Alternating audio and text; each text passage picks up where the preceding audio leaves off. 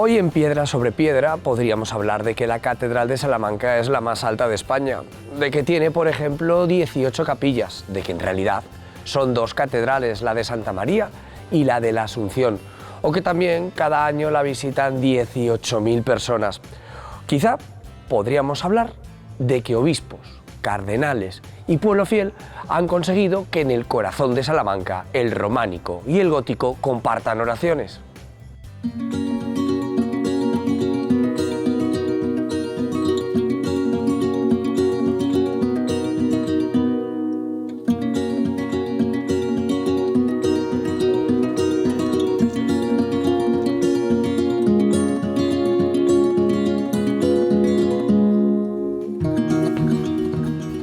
Pero no lo vamos a hacer porque hoy Piedra sobre Piedra es un 70% de cuarzo, un 15% de feldespato y un 15% de filosilicato en granos de 0,2 milímetros, que uno a uno han conseguido levantar la catedral dorada de esta ciudad que es Salamanca. Sí, hoy Piedra sobre Piedra se rinde a la piedra franca de Villamayor.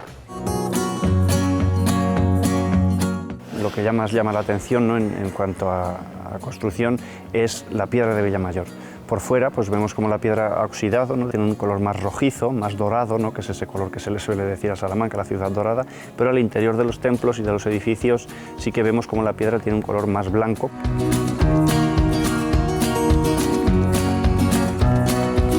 Al ser una piedra arenisca, pues permite poderla trabajar con bastante facilidad y conseguir pues muchísimas labores muy finas, ¿no? en sus trabajos, en sus dibujos, en toda esa, sobre todo se aprecia muy bien en los corredores de la Catedral Nueva, como está muy decorado con todas esas formas vegetales y animales, ¿no? Que son pues, casi labores de filigrana, ¿no? Podemos decir. Es la segunda catedral más grande de España y una de las últimas catedrales góticas que se construyen ya junto con la de Segovia. Pero la Catedral Nueva se hace junto al edificio de la Catedral Vieja, o mejor dicho, Templo Viejo de la Catedral. Una de las ideas más interesantes que se mantienen en Salamanca es cómo se mantienen los dos templos, ¿no? Esa Catedral Vieja y la Catedral Nueva.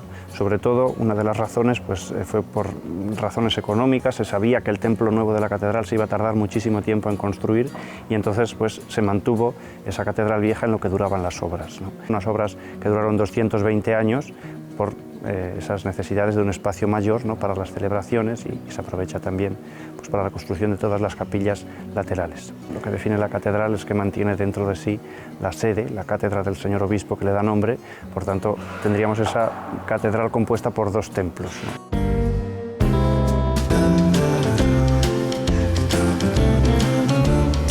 La Catedral Nueva de Salamanca comenzó a construirse el 12 de mayo de 1513 y en ella la piedra de Villamayor iba a ser la protagonista, pero no era ninguna novedad. Los maestros que levantaron este lugar, la Catedral Vieja, 370 años antes, también vieron en ella a la protagonista para contar muchas historias.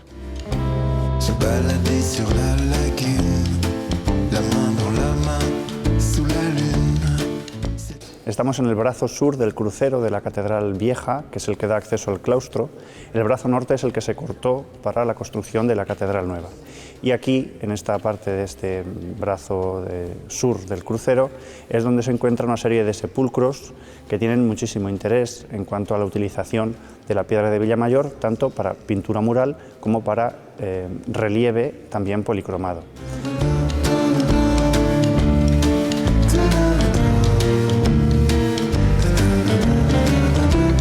La piedra pues, sirve como soporte en el que poder contar todas estas historias, poder representar todos estos elementos iconográficos que servían de catequesis, ¿no? A la gente de su momento. 4 sepulcros en total, van a ser 2 obispos, un chantre de la catedral y un personaje ilustre en la época que era doña Elena de Castro.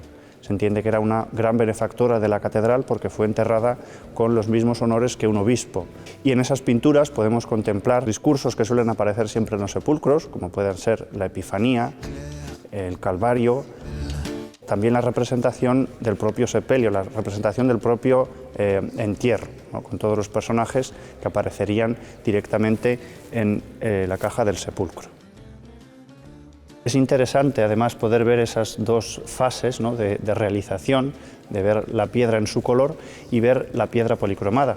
Así, de esa forma vemos también cuál fue la intención al policromarlo, aparte de para decorar, pues también para crear mayor realismo, ¿no?, que es la intención que se tiene para representarlo de una forma más realista y más cercana a lo que pudo ser en verdad. Por ejemplo, en el sepulcro de doña Elena de Castro destaca que la policromía es original y la buena conservación desde el momento en el que se realizó. Aparece en el centro la propia representación del entierro y cómo dos ángeles suben su alma envuelta en una sábana al cielo. Aparecen las plañideras y otros personajes que estarían presentes en ese momento. Y en la parte superior, en esa ya pintura mural, la representación de la Epifanía, la representación de los tres Reyes Magos que siguen la luz de Belén para llegar a Dios, en clara comparación de cómo también pues, el difunto sigue la luz para llegar a la resurrección. Ese es el sentido que tiene ese tipo de representaciones. Aparte de la policromía en esos relieves, también se policromaba directamente en el mural, ¿no? Es la pintura al fresco, conocida perfectamente durante toda la historia del arte, y también en este brazo sur del crucero tenemos un ciclo muy interesante de pinturas al fresco que estuvieron cubiertas con cal y se recuperaron pues, a finales ya del siglo XX, y se pudo contemplar ese ciclo que se refiere a la resurrección. La iconografía de estas pinturas era muy clara, ¿no? Era una catequesis muy básica, una catequesis muy clara, y pretendía precisamente pues, enseñar a la gente así, de esa forma pues, muy esclarecedora, ¿no? Y sin apenas crear ningún tipo de duda. Aparece la figura de lo que conocemos como San Cristóbalón, popularmente se conocía así porque es una imagen de San Cristóbal de grandísimo tamaño, que era muy repetida en las iglesias románicas. Está justo enfrente de una puerta, de la puerta de Acre, que da acceso desde el patio chico. Se debe a una tradición a la que a San Cristóbal se le atribuía una especie de ayuda y salvaguarda al emprender un viaje. San Cristóbal era el personaje que estaba encargado de transportar, ¿no?, a la gente de un lado a otro de un río, y por eso pues, se le conoce también como el patrón de los conductores. Entonces, al entrar por esa puerta, pues ya veían directamente esa imagen de San Cristóbal a gran tamaño, y digamos que ya pues, tenían la protección suficiente para emprender ese viaje. Esa intención era para que San Cristóbal te diera la protección para librarte de la muerte súbita, sin haber confesado. Entonces, de esa forma, San Cristóbal pues, libraba a esa gente, ¿no?, según su creencia de ese momento, de morir de repente sin haber sido confesado antes de volver de ese viaje. Como se refiere a la salvación, pues va a haber 3 escenas después en las que aparecen los momentos clave después de la resurrección del Señor, como son el Noli Me Tangere, cuando se encuentra con María Magdalena, la duda de Santo Tomás y la ascensión del Señor a los cielos, rodeado de los apóstoles. La piedra de Villamayor es la base de la construcción en Salamanca, ¿no? Solamente hay que darse un paseo por las calles centrales y ver que prácticamente todo está construido de piedra de Villamayor, por tanto, pues es verdaderamente algo importante, ¿no?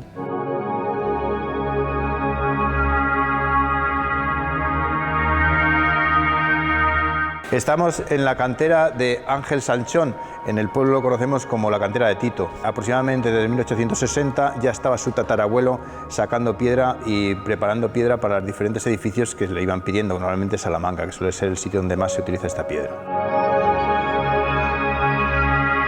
Podemos ver algunas de las herramientas que se utilizaban en otro momento también y que todavía son perfectamente utilizables, como son la escuadra para descuadrar los bloques. Este tipo de herramientas se utiliza menos porque ya tenemos aquí máquinas que te dejan las zonas escuadradas y te lo filetean a la medida que tú quieras, ¿no? La pica realmente es un formón afilado a los dos extremos, con un mango en el medio, y que se utilizaba para hacer las rozas en el terreno y marcar el bloque que querías sacar. La escoda. Es una especie de hacha o espiocha con afilado a los dos extremos y que perfectamente podía cortar la piedra de Villamayor, porque entre otras cosas porque es muy blanda.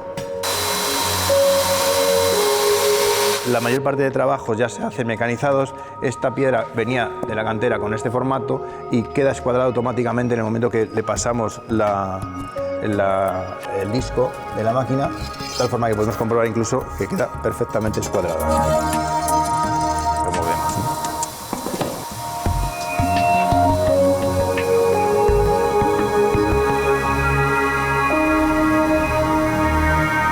Una vez que se ha escuadrado la piedra, los laterales que quedan irregulares suele ser el mampuesto, que luego se coloca en la pared haciendo formas irregulares, pero con una veta de argamasa o cemento a los laterales, y queda lo que es el mampuesto.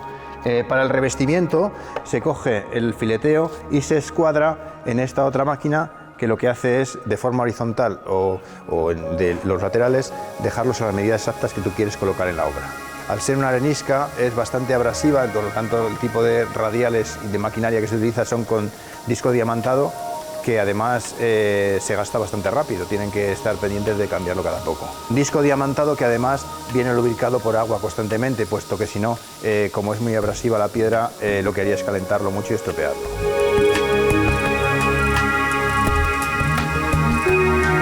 Conforme la sacas de la cantera está bastante más clarita, más blanca.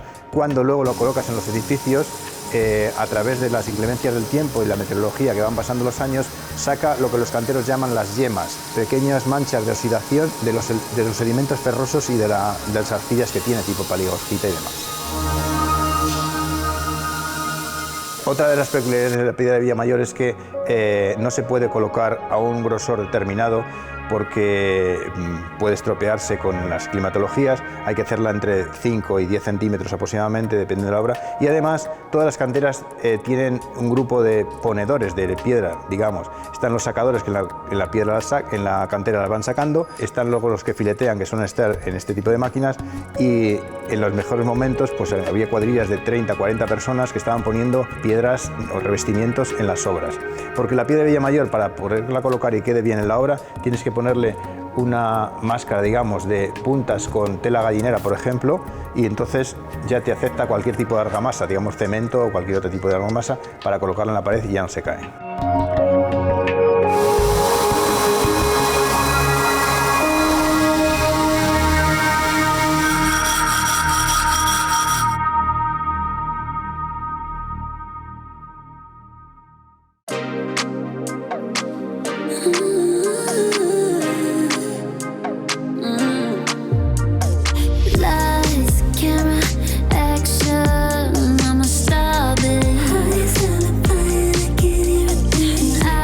La placa existe originalmente metálica, de ahí surge el libro, todas las teorías y demás.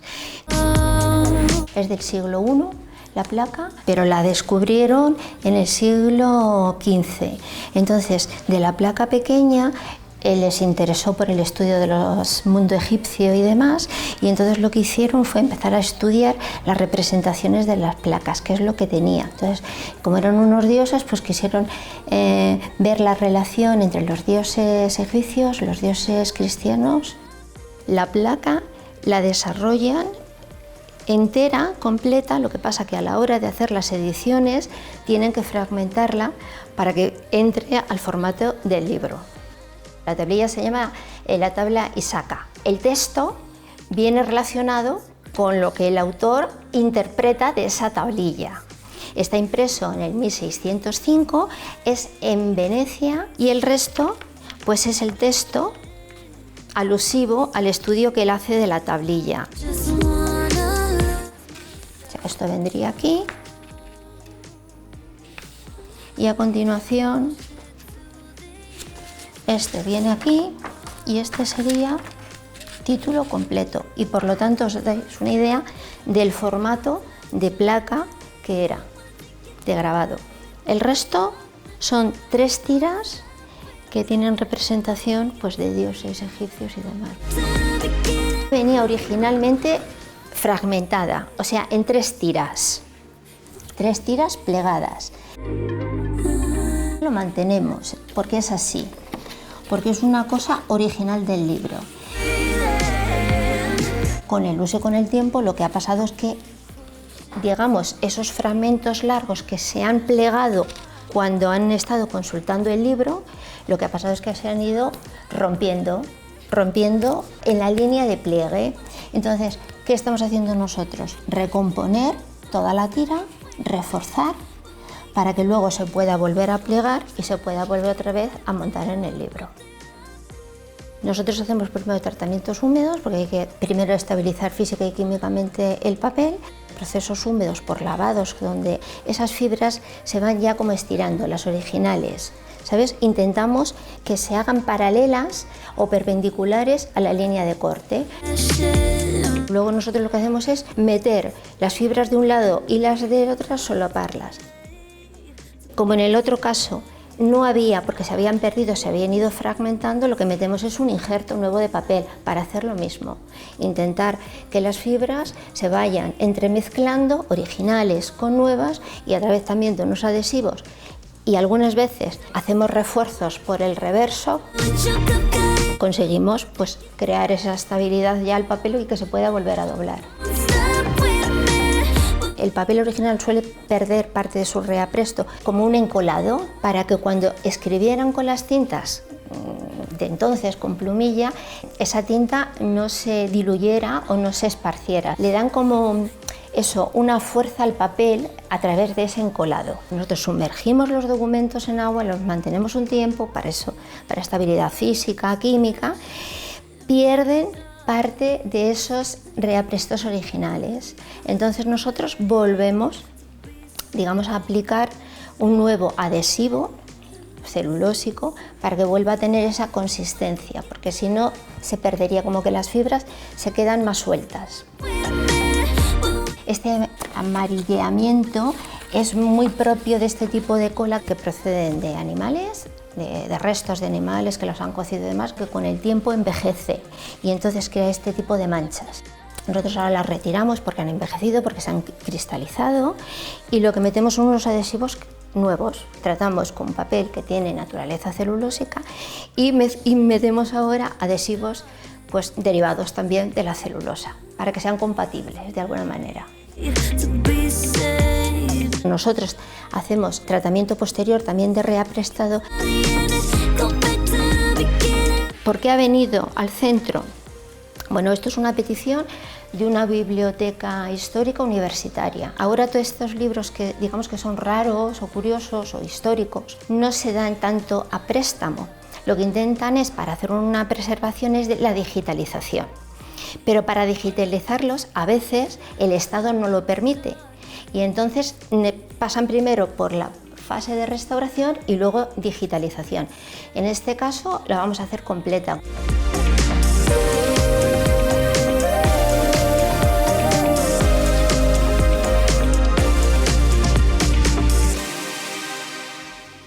La ciudad vieja de Salamanca fue declarada Patrimonio de la Humanidad en el año 1988.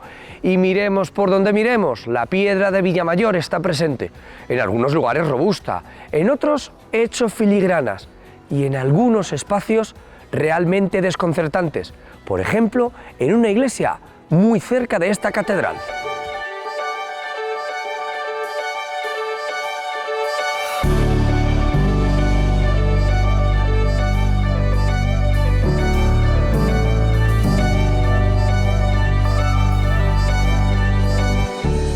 Siempre desde muy pequeño me ha gustado mucho la plástica, me ha gustado mucho el dibujo, el modelado, y ese paso luego lo das pues entrando en la escuela de arte, ¿no? En la escuela de San Eloy, y así es como empiezas. Y si te va gustando, te vas enganchando, pues hasta la fecha. Después de que estás haciendo una serie de cursos y pasando por diferentes escuelas, por diferentes talleres y demás, luego nos toca, como a todos, luego empezar a trabajar. Entonces fue una época donde la restauración empezó a estar en auge aquí en Castilla, sobre todo, que es la zona que más conozco, claro. Y entonces, pues claro, pues acabas restaurando, tallando lo que has aprendido y así, pues también vuelvo a reiterarlo hasta la fecha. Esto fue un encargo de la Junta y demás porque estaba bastante lesionado, había que limpiarlo y restaurarlo. Desde 400 años desde su original a la fecha no había tenido ninguna intervención, entonces ya la pedía. Como faltaban muchos elementos, pues por aquel entonces pues sí que se admitía el volver a retallar o buscar ahí sobre documentación. Bueno, eso entre comillas porque ojalá tuviéramos más documentación, ¿no? O más dibujos o más grabados. En este caso y demás, pues bueno, pues la idea fue poner ahí un elemento significativo. No es original ni mucho menos, pero había que rellenarlo con algo.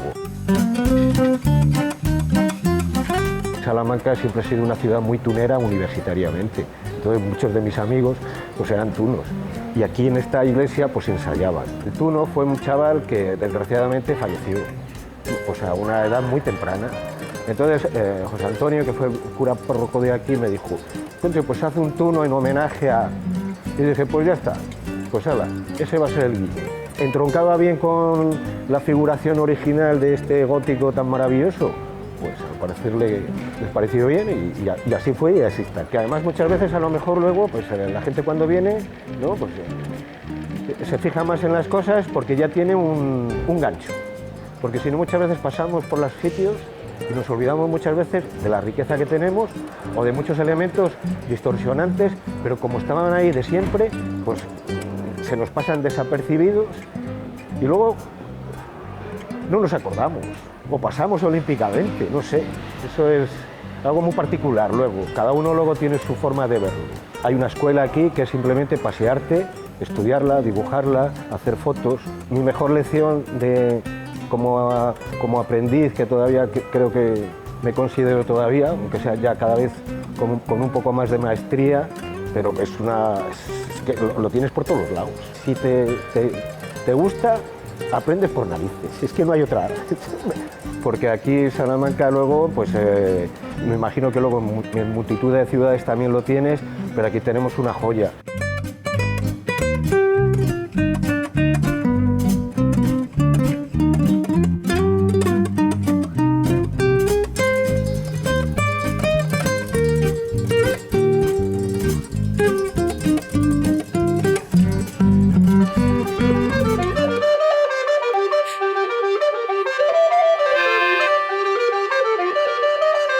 En el 2003, en los pies de la Catedral Vieja de Salamanca, apareció una gigantesca pintura que representaba al obispo San Martín de Tours cortando su capa para dársela a un mendigo. Un verdadero tapiz hecho en pinturas que revela que tras esta fachada hay algo verdaderamente importante. La capilla de San Martín es una superviviente. Fue la primera capilla funeraria de la Catedral Vieja de Salamanca y en el momento de su construcción fue vestida con las mejores galas de la época, en forma de pinturas.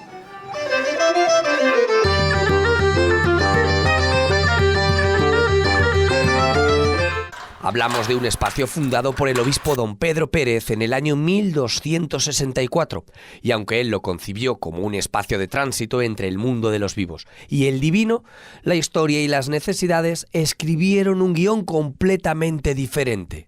Y es que después de ser capilla funeraria se convirtió en la base del campanario, también en un almacén de aceite, y una posterior restauración hizo que sus pinturas quedaran prácticamente ocultas, y ahora, hace muy poco tiempo, por fin ha recuperado sus antiguas vestiduras.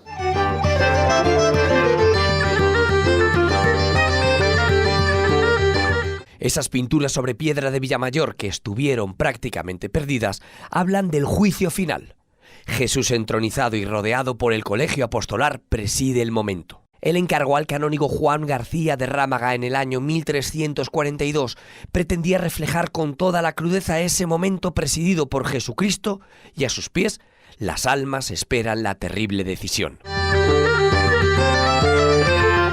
Las que se salvan permanecen a la izquierda de la escena. Santos y religiosos alcanzan el paraíso. A la derecha, reyes, nobles y figuras deformes son condenadas al fuego eterno y a sufrir la rabia eterna de un monstruo. De los 5 sepulcros con los que llegó a contar, solamente se conserva uno, el de Rodrigo Díaz. pero más que ser un enterramiento, es una verdadera enciclopedia para quien sepa leer el código escrito en piedra de Villamayor. Basta con prestar atención a los detalles para leer ese mensaje de salvación que conecta la tierra donde yace el difunto con el cielo. En el sepulcro se representa el fin de la vida terrenal. El cadáver del obispo es bendecido, una ceremonia presidida por otro obispo con todos sus atributos. Es acompañado por religiosos de diversas órdenes revestidos con sus hábitos y también acompañados por acólitos. En la parte superior está la adoración de los Reyes Magos. Uno de ellos le entrega un presente al niño Jesús, la mirra con la que se embalsamaba los cadáveres para ser conservados para la eternidad. Una clara referencia al camino hacia la vida eterna que inició el difunto Pedro Pérez cuando fue enterrado en este lugar. Viaje simbolizado por un joven que sujeta las riendas de un caballo. Frente a él, otro obispo, imagen que podría representar a San Martín de Tours, o quizá al mismo obispo ya entronizado camino hacia la salvación. Una salvación que está en lo más alto, representada por el varón de dolores, que significa cómo el sacrificio de Cristo, representado tras la pasión, la muerte y la resurrección, ha servido para vencer al pecado y a la muerte, el lugar que todo cristiano ha de alcanzar después de dejar este mundo. ¿Un enterramiento? Sí, pero con un claro mensaje, el de la salvación.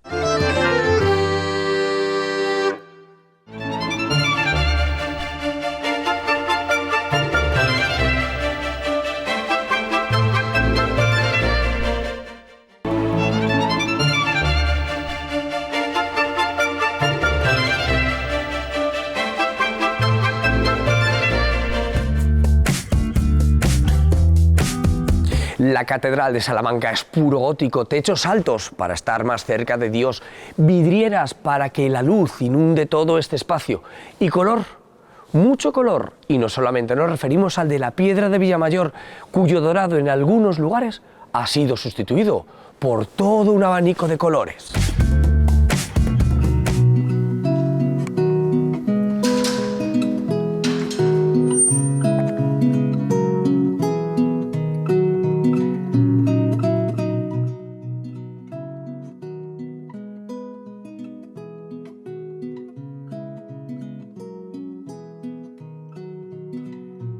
En la Catedral de Salamanca, sobre todo, siempre vemos la piedra de Villamayor sin policromar. En esta capilla dorada o capilla de todos los santos, pues vamos a ver cómo hay una gran serie de esculturas, en total son 111 imágenes, realizadas casi todas ellas en piedra de Villamayor, a principios del siglo XVI.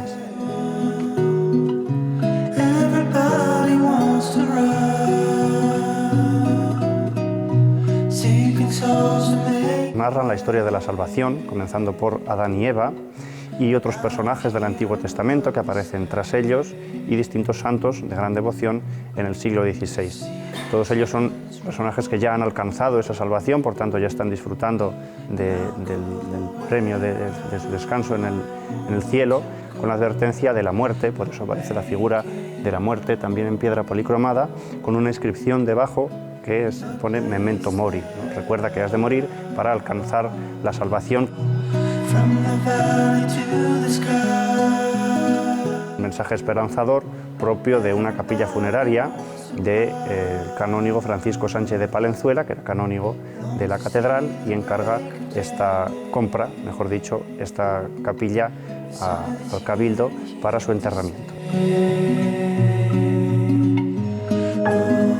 La Catedral Nueva se comienza a construir el 12 de mayo de 1513 y en 1525, solo 12 años después, ya está concluida esta capilla de la catedral. Es la primera capilla que se construye y por eso vamos a ver cómo hay una puerta por la que se accedía directamente desde la Catedral Vieja, porque el resto del templo nuevo de la catedral estaba en obras, entonces se accedía desde la Catedral Vieja a esta capilla dorada.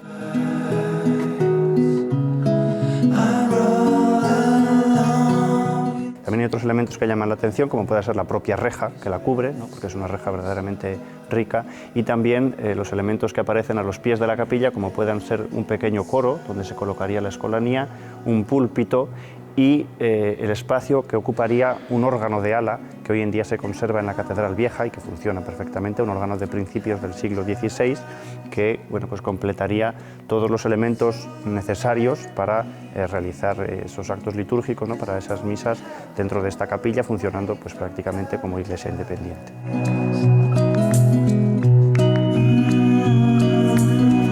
Su torre de 110 metros de altura, su nave de 50 metros de longitud o la fascinante Puerta de Ramos podrían ser los símbolos de la Catedral de Salamanca, pero no.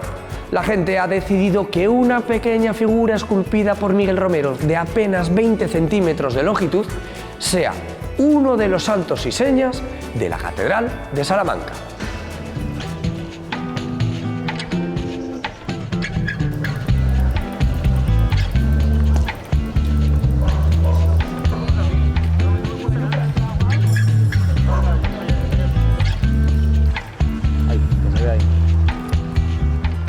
No había absolutamente nada de la talla figurada que vemos por cima, porque el tiempo pues hizo mella sobre ello y había desaparecido completamente. Entonces se nos encargó que talláramos otra vez, yendo con el original, la representación más o menos que nuestros antepasados podían haber hecho, y al final componer lo que faltaba. Aquí hubo un trabajo de campo muy importante de casi un mes y pico. Estuvimos haciendo bocetos, planos y sobre todo muchos dibujos, muchísimos, para luego hacer una selección de los diferentes sillares donde íbamos a tallar toda la figuración. Como antiguamente también representaban lo que en esa fecha pues, ocurriría por aquí, a nuestro alrededor, pues cogían figuraciones de animales, de plantas y las representaban. Y también representaban cosas muy chocantes. Si nos lo cuentan, pues luego nos fijamos. Que no se han hecho famosas, eso ya no lo sé por qué, pero habría muchísimas. Lo que queríamos era seguir un poco con la tradición de los canteros, de poner algún guiño, algún gazapo, algo ahí que representara un poco lo que fue la restauración y lo que fue en el siglo S. Estamos hablando de que no es el original, ¿no? Porque han pasado, desde el original son 250 y tantos años, y nosotros pues lo que queríamos era pues que tanto para el profano como para el investigador histórico y demás, decir, no, esto se ha hecho en tal fecha. No hay un modelado previo, no. Partes de un dibujo y luego lo puedes ir cambiando. Porque tú copias en la piedra el dibujo que has hecho, el boceto, y viceversa, y lo vas cambiando. No, estás constantemente dibujando en la piedra. Y ahí muchas veces te van surgiendo al cabo de los días y las horas y los meses, porque esto nos llevó casi un año y pico tallarlo, pues cambiar muchas cosas. Y de ahí salen luego pues algunos guiños. Casi todos representan algo.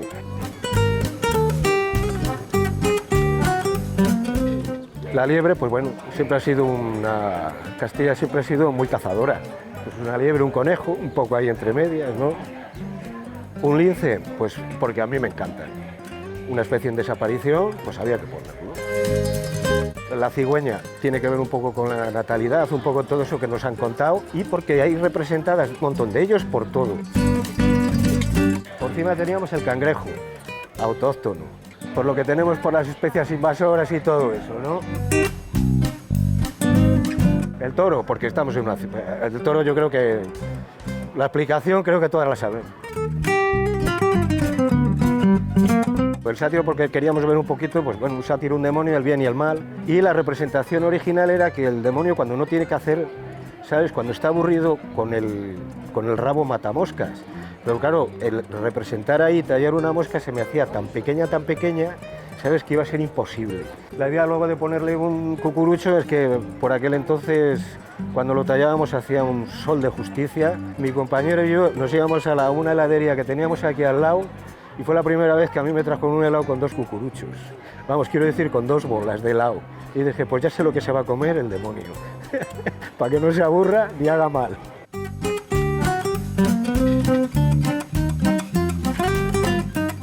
Y luego el astronauta pues fue porque siempre dejamos esa última pieza de todas las que hay, que creo que son casi unas 50 y tantas tallas, porque queríamos pues eso, dar un poco una actualidad, seguir un poco con la tradición de los canteros antiguos, algo más particular mío.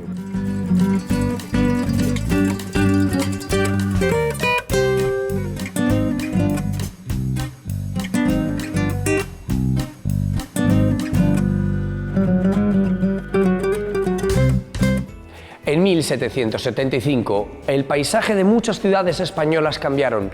Un terremoto registrado en Lisboa causó estragos a lo ancho y largo de nuestro país. Salamanca no fue una excepción. Eso sí, en la Catedral de Salamanca, la piedra de Villamayor aguantó el envite.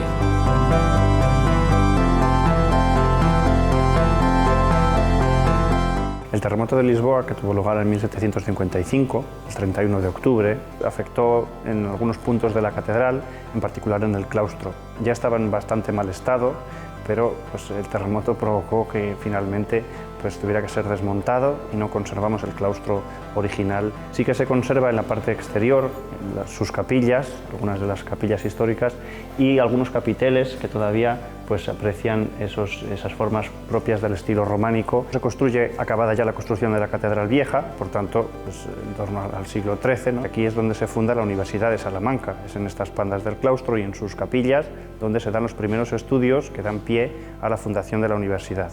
Está la capilla de Santa Bárbara, con esa referencia a los exámenes, está la capilla de Santa Catalina, que podemos considerar incluso como la primera biblioteca de la universidad, y son esos puntos que hacen referencia a esa fundación de la universidad en el claustro de la catedral.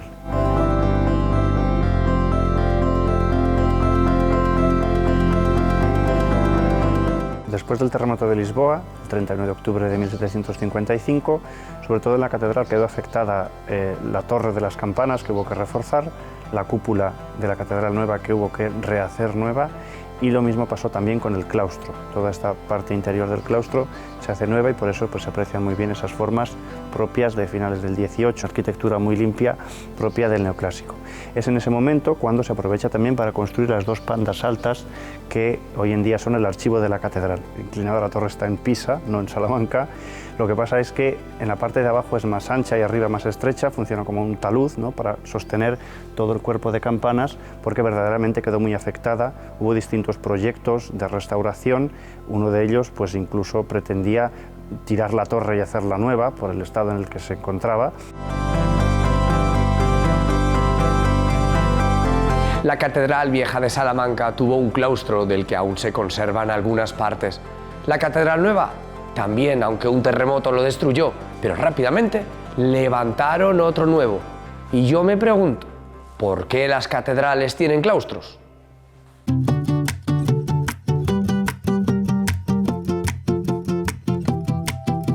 A veces pensamos que solo los monasterios tenían claustros y en las catedrales también podemos encontrar este tipo de espacios que cumplían un poco las mismas funciones. Eran el eje vertebrador que comunicaba con la iglesia, la sala capitular o la biblioteca, eran espacios de paseo, lectura o meditación, incluso en ellos se celebraban procesiones y representaciones teatrales.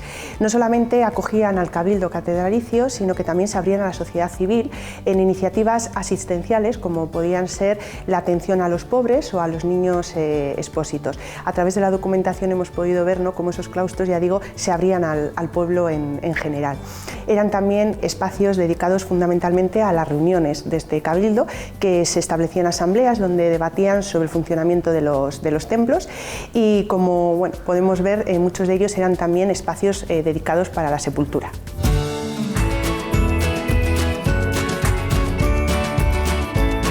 Piedra de Villamayor en suelos, columnas y techos. Piedra de Villamayor esculpida y también pulida. Piedra de Villamayor desnuda y pintada. Quizá sea el momento de saber de dónde ha salido toda esta piedra de Villamayor.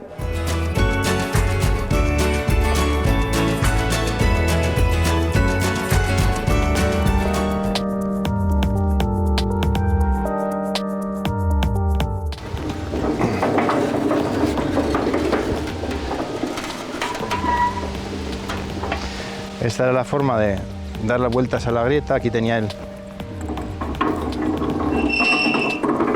para subirla con la manivela, incluso para bajar cosas, que estabas ahí directamente, le dabas la vuelta, como estaba sobre un raíl redondo, podía bajar y este era el freno,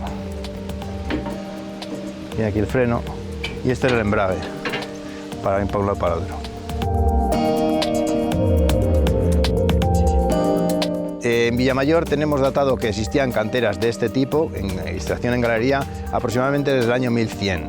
Evidentemente, antes el recurso estaba aquí y seguramente se utilizara por todos aquellos que lo fueron necesitando. La forma de explotación de la piedra de Villamayor, cuando había grandes obras, sobre todo en Salamanca, que es donde más se ha utilizado esta piedra, compraban o alquilaban la tierra correspondiente a la cantera, que solían ser las zonas altas del pueblo porque era donde era más fácil sacar la piedra, y entonces lo que hacían era explotar esa piedra, llevársela para hacer el edificio correspondiente.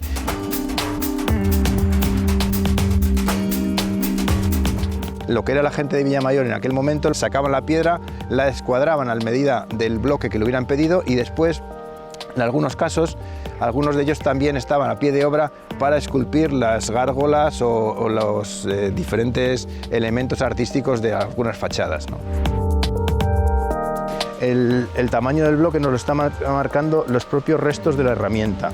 Si te das cuenta, este bloque iba así, porque la roza se ha hecho así, hasta aquí, y en este caso la roza la hicieron así. Entonces hasta aquí iba uno, aquí terminaba y hasta aquí iba el siguiente. Las propias marcas de la herramienta te indican cómo era el bloque en cada caso.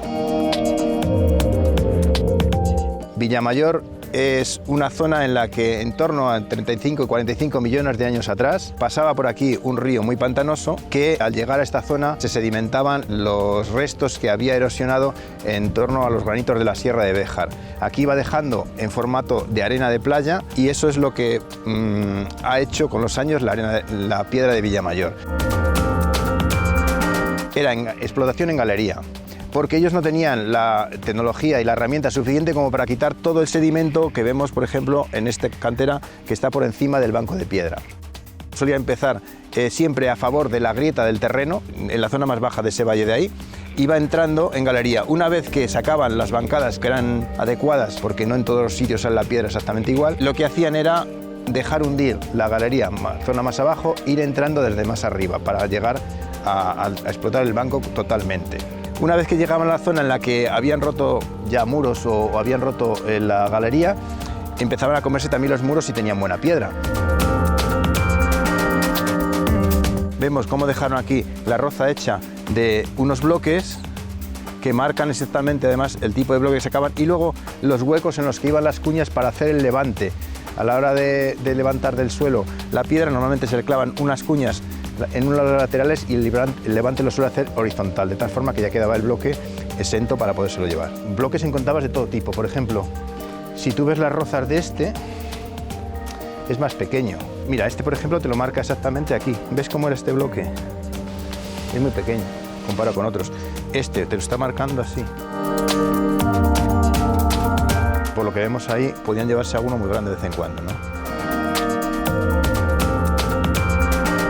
Una de las formas que podemos ver en las canteras de Villamayor en cuanto a la extracción propiamente dicha es que iban haciendo pequeñas cuadrículas. Lo que hacían esas cuadrículas es que retenían el agua que estaba manando constantemente y les permitía sacar la piedra que hay dentro de esa cuadrícula. Para sacar el agua que les iba manando en esa zona, hacían una pequeña regadera lateral, rompían la cuadrícula y entonces el agua estaba controlada y salía toda en una regadera hacia la zona baja. Al ser la zona más baja, porque habían excavado un pozo, se iba ahí todo el agua y ese agua se sacaba a baldeo del pozo, de tal forma que si tú mantenías el pozo lo más vacío posible, el agua seguiría yendo allí.